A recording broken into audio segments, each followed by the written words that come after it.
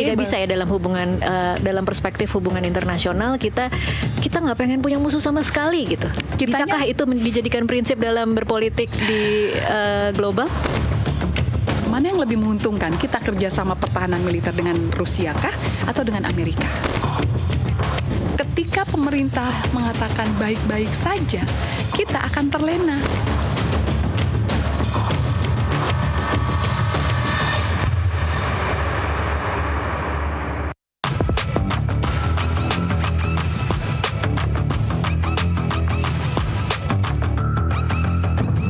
Internasional, perdamaian dunia. Oke.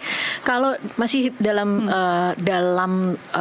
melihatnya dari perspektif waktu ya, memilih waktunya gitu. Kalau memang ini adalah strategi untuk menunjukkan bahwa kita masih bebas aktif, tetapi pemilihan waktu di tengah-tengah memanasnya konflik antara Amerika dan Iran, di saat negara-negara lain mungkin lebih memilih berdiam di negara masing-masing, presiden kita justru mendatangi pemimpin-pemimpin negara yang cukup penting untuk didatangi di saat yang sebenarnya seluruh dunia mungkin sedang dalam keadaan krisis ya saat ini.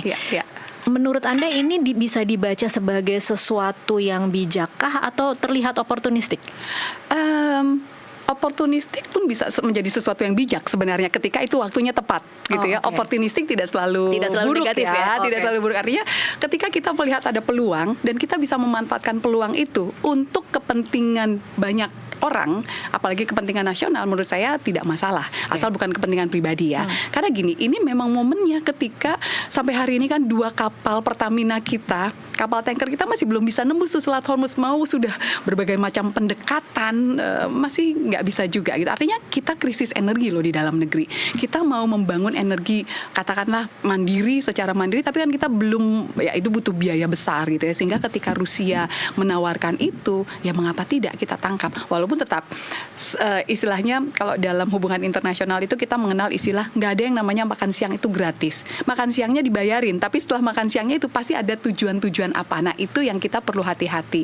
Tadi selain kita perlu menyikapi hati-hati karena Rusia dengan Amerika ini memang 2 kubu yang saling bertolak belakang, saling berebut pengaruh.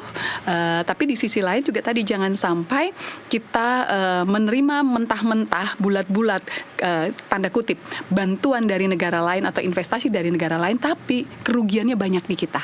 Karena kita banyak mengalami itu. Juga harus dihitung ya. Betul. Oke.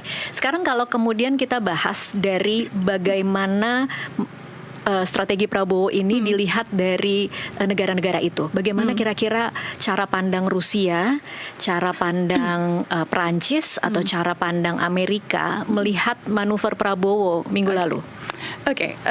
Dari sisi Rusia saya pikir Putin memang melihat Prabowo itu kan ya boleh dibilang sekali lagi tadi ada faktor tradisional dulu, historis memang historis kita punya hubungan baik dengan Rusia, Uni Soviet gitu, sehingga Rusia mau membangun sentimen itu, nuansa itu. Jadi kita pernah berhubungan baik, mari kita dalami lagi hubungan baik itu.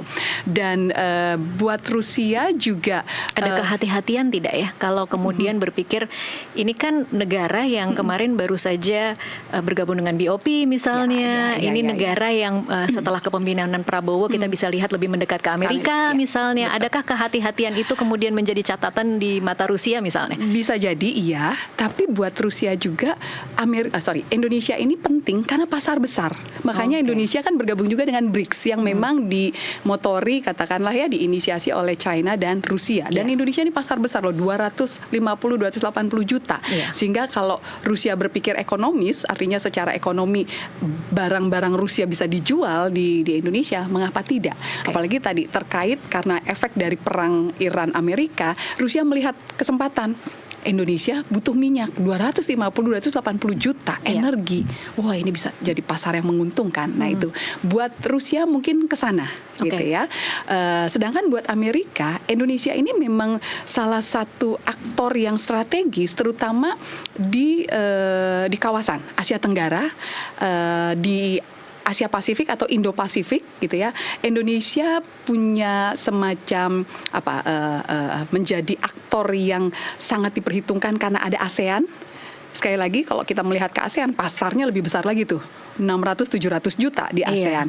Dan Indonesia termasuk aktor besar di ASEAN. Sehingga ketika Indonesia mengambil kebijakan atau keputusan atau politik luar negeri tertentu, negara-negara ASEAN ini somehow akan ikut terbawa gitu. Sehingga ketika Amerika melihat Indonesia hubungan baik dan ini digunakan kalau di konteks ASEAN Indonesia di wilayah Asia Pasifik untuk menghadapi Cina.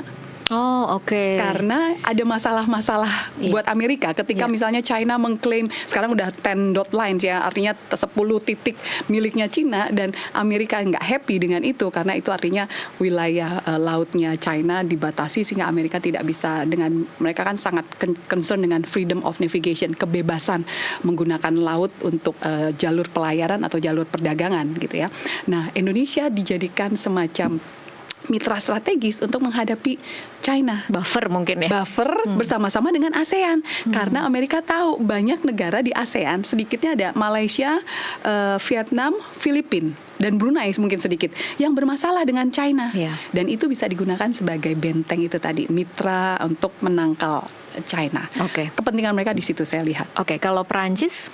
Perancis mungkin lebih kepada Perancis itu mitranya Amerika banget dalam hal NATO gitu ya, sehingga ketika Indonesia bergabung di Board of Peace itu bisa membantu menguntungkan negara-negara ini gitu. Artinya nggak semuanya hanya dari negara-negara Eropa, tapi ada negara Indonesia yang mayoritas penduduknya Muslim. Sehingga keislaman itu bisa digunakan misalnya untuk konteks Timur Tengah. Itu satu. Kemudian saya lihatnya sih Perancis memang lihat Indonesia ini pasar aja lah untuk jual, dia punya teknologi alutsista, kita beberapa kali beli senjata pesawat dari jet tempur dari Perancis. Jadi artinya dari kacamata tiga negara ini kita memang masih dilihat sebagai partner strategis ya, bukan negara yang kemudian rasanya terlihatnya ingin berteman dengan semuanya begitu. Lebih ke tadi ada keuntungan yang bisa mereka dapatkan bukan satu arah, tetapi memang mereka juga punya kepentingan. Jadi win-win ini kerjasama yang memang menguntungkan semua pihak.